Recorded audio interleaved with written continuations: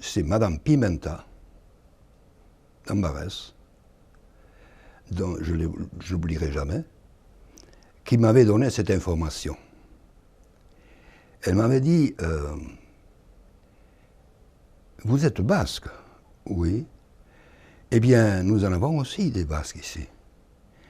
Et il y a, si vous voulez, il y a 3 endroits où vous pouvez les rencontrer. Alors bon, j'ai écouté. Alors, c'est l'église, à l'église, au fronton, parce que nous avons un fronton depuis 1955, elle m'a dit comme ça, et aussi, quelquefois, dans les cafés et les bistrots. Onghiettori était déjà présent.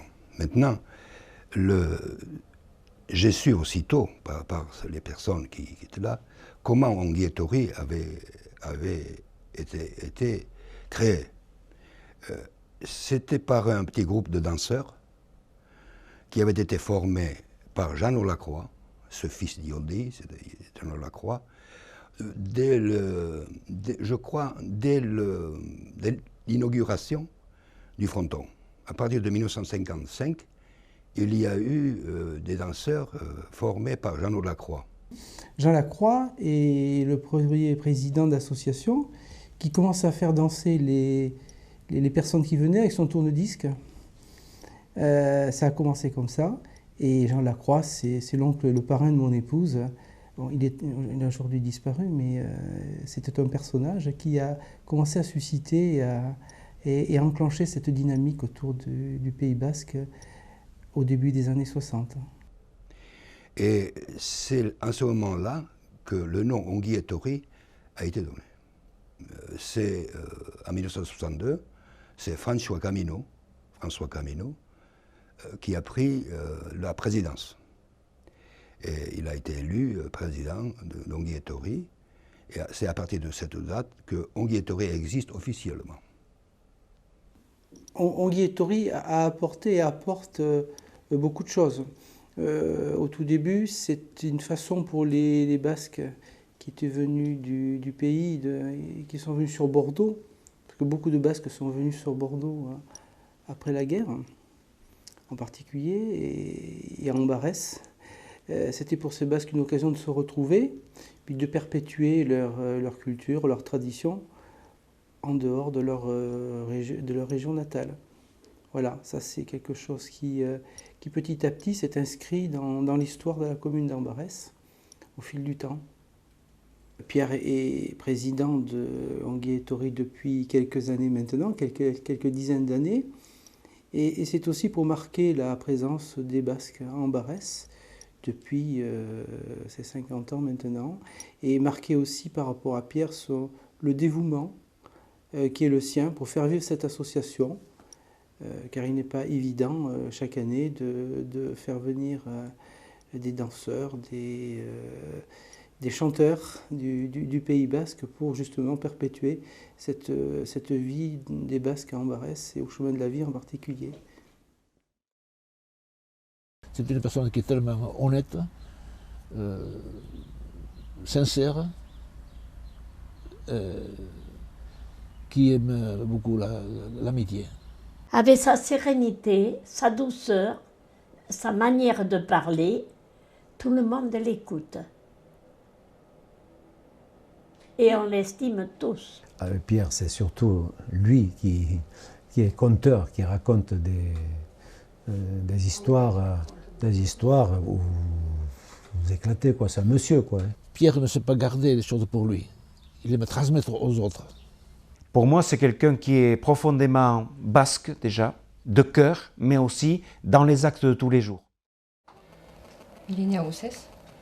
Il a 3 frères, il avait 4 frères, dont un qui est décédé à l'âge de 8 ans, et 2 sœurs. Il s'est instruit tout seul, hein. Parce que le pauvre, c'est pas l'école qu'il a été beaucoup, puisqu'il ne pouvait pas. Et il a appris tout seul, par les livres, les encyclopédies. L'anglais, il a appris tout seul, par correspondance et sur le tas au Canada. Il s'est instruit tout seul. Beaucoup de livres, il a des livres anglais, il a des livres en basque, il a des livres des encyclopédies. C'est d'ailleurs pour ça qu'il a lancé ce défi de passer le bac. 70. à 70 ans. Quand on est parti à l'école, on savait parler que le basque. Alors, qu'est-ce qu'ils ont? Ils se sont décidés, les enseignants, qu'il fallait qu'ils nous donnent un petit bâton anti-basque. Sinon, on parlait tout le temps basque. À l'école, il fallait apprendre le français. Alors, le soir, celui qui avait le petit bâton, là, anti-basque, il avait quelques lignes supplémentaires. Je crois qu'il a fait ses apprentissages avec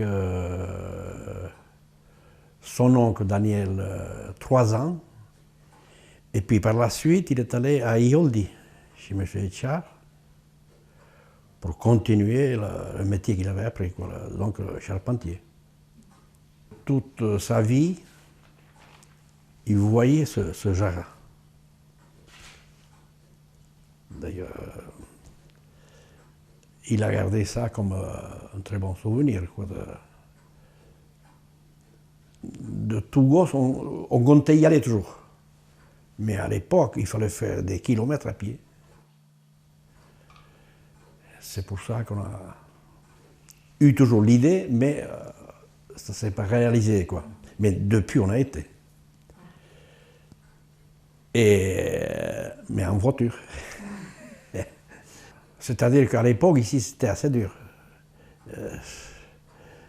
Il n'y avait pas trop de travail, c'était plutôt pénible. Et beaucoup de jeunes d'ici, d'ailleurs, soit ils partaient au Canada, soit ils partaient aux États-Unis. C'était sympa parce que nous avons travaillé tout de suite, à la construction d'un barrage dans le Québec, dans la comté de Saguenay. Alors, en Colombie-Britannique, nous avions pris une petite négoce de bois avec celui qui devait venir mon beau-frère, qui devait devenir mon beau-frère ensuite, par la suite. Et là, j'ai eu l'accident. J'ai eu un accident. J'ai travaillé en Colombie-Britannique pendant 2 ans. Et j'ai eu l'accident. Et depuis cet accident-là, je n'ai plus travaillé. Alors, donc, j'avais connu ma femme là-bas. Elle était venue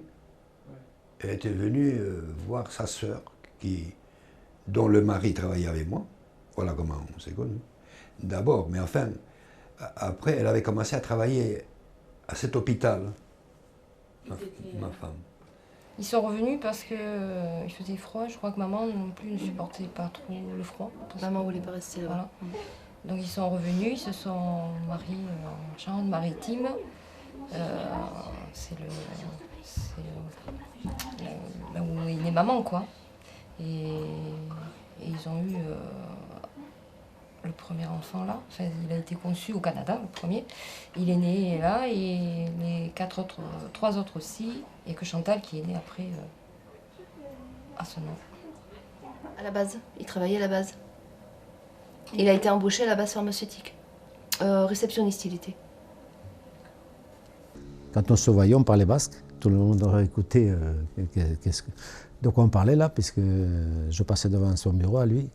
Et après, il est vite parti. Je pense que dans les 2 ou 3 ans après, il était parti et je l'ai perdu de vue.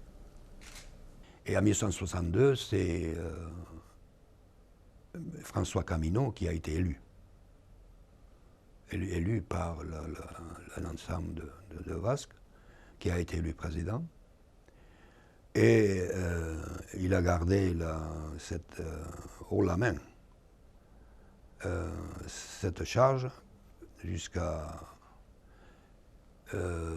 14 août 1994. Il est décédé le 14 août 1974. Il nous a laissé un grand souvenir. C'était 2 amis, presque 2 frères, comme je le racontais. C'était 2 amis très, très liés, même pour faire les bêtises.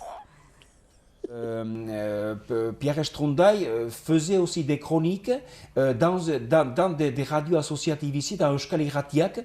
Et moi, par exemple, le dimanche matin, je l'ai beaucoup écouté. Et c'est toujours très important aussi de se dire, tiens, eh bien, il y a des Basques aussi en dehors du Pays Basque. On sait qu'il y en a, et même peut-être plus qu'au Pays Basque, même si on prend toute la diaspora à travers le monde.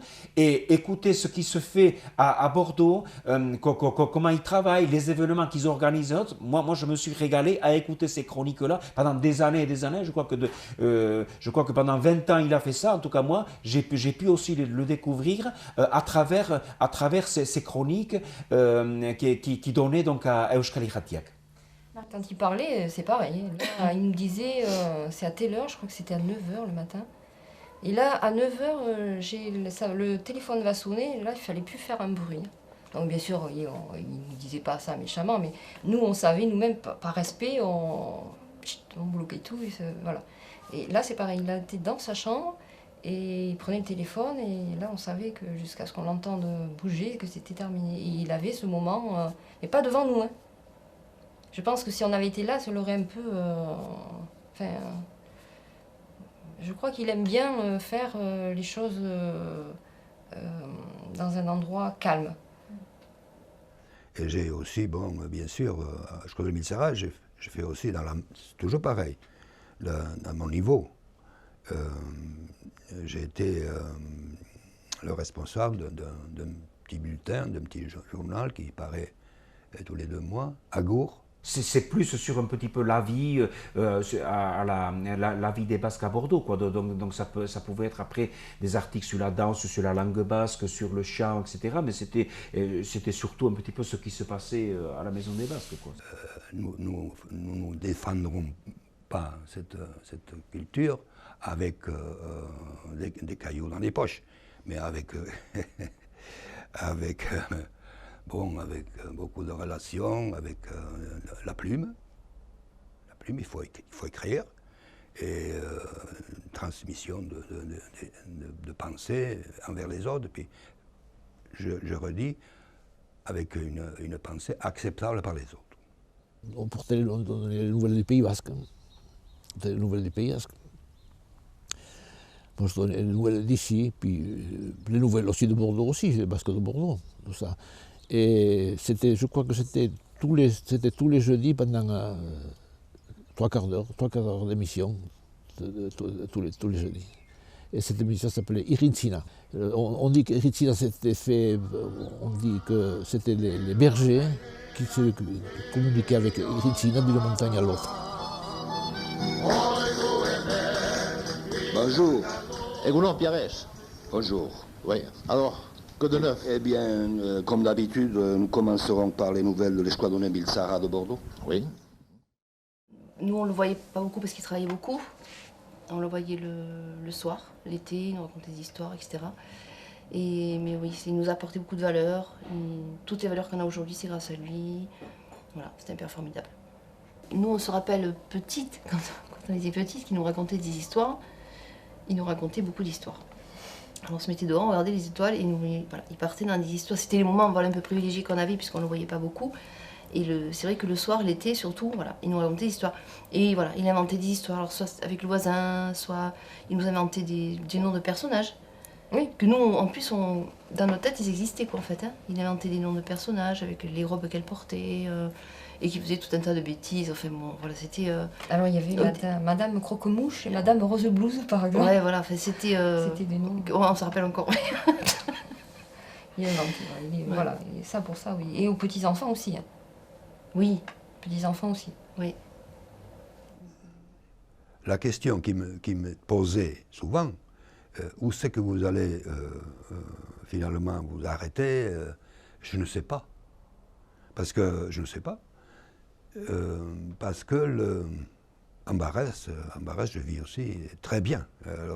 J'ai des amis et tout, et voilà, je ne sais pas où.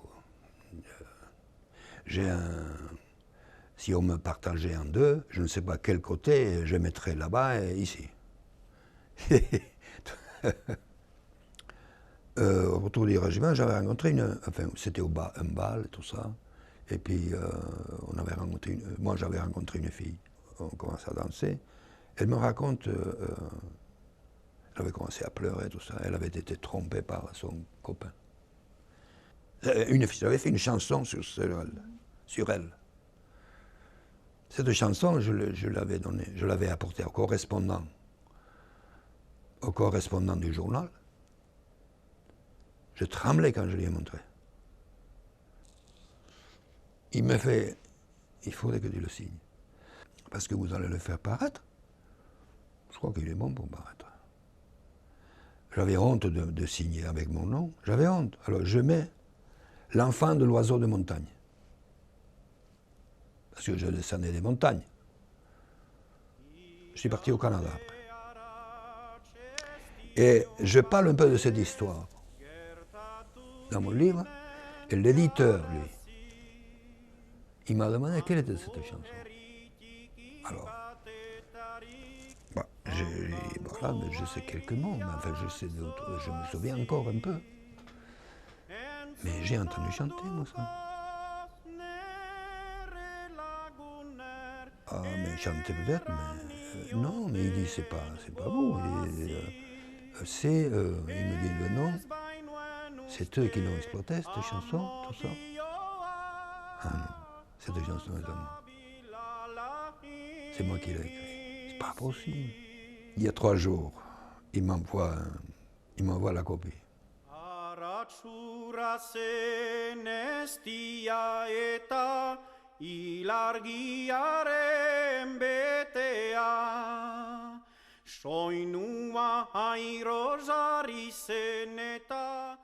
Zu izanez president, segidago ongi etorri. Hala, Pierrez, behar dugu beti gure laguntasuna txiki. Eta usu ikusi elgar. Hala. Beraz, Pierrez, bihotzez esker mila egiten duzunarentzat eskual kulturaren alde, bai eskualegian eta bai eskualegitik kanpo ezagutarazi zinez zer den gure historia eta gure kultura. Mila esker, Pierrez. Alor, Pierre, zer diok, untsa iza. Hemen osarri honen gituk, pentsatzen diatzik alaziztela. Egon uste eta iko surpriza diuk, eta kusiko zendako berten dutan, hiri sola sori. Se izako logola, guk egin alein indio untsa iziteko. Ondoko egon lakarte. Merci pour tout, qu'on l'aime très fort et qu'on veut le garder encore très longtemps avec nous. Je remercie papa pour tout ce que tu nous apportes et malgré des fois je gueule un peu parce que tu me fais peur, mais je t'aime très fort et voilà, si tu pouvais continuer à nous apporter cette chaleur pendant de longues années et de nous faire encore tes bonnes omelettes aux patates. Tous réunis, ce serait super sympa, mais longtemps. Merci papa. Mon cher Pierre, je voulais vous dire en quelques mots que notre rencontre est une belle rencontre, comme on peut en faire quelquefois dans une vie d'homme. Vous êtes un être que j'ai appris à connaître, assez exceptionnel dirais-je, pour vous avoir croisé à la fois sur Ambarès et la Grave, mais pour être allé chez vous aussi dans votre pays, où j'ai ressenti toute la plénitude, le bien-être que vous pouviez éprouver de vous retrouver dans vos montagnes. Voilà. Je voulais aussi vous dire qu'il faut continuer à perpétuer cette culture basque, à Bordeaux, Ambarès en particulier, si originale, si particulière. En tout cas, vous pouvez compter sur mon entier soutien, avec toutes mes amitiés. Zorionak, ongi etorriri. Zorionak, ongi etorriri. Zure bihotza hainda tendria, sendalaiteke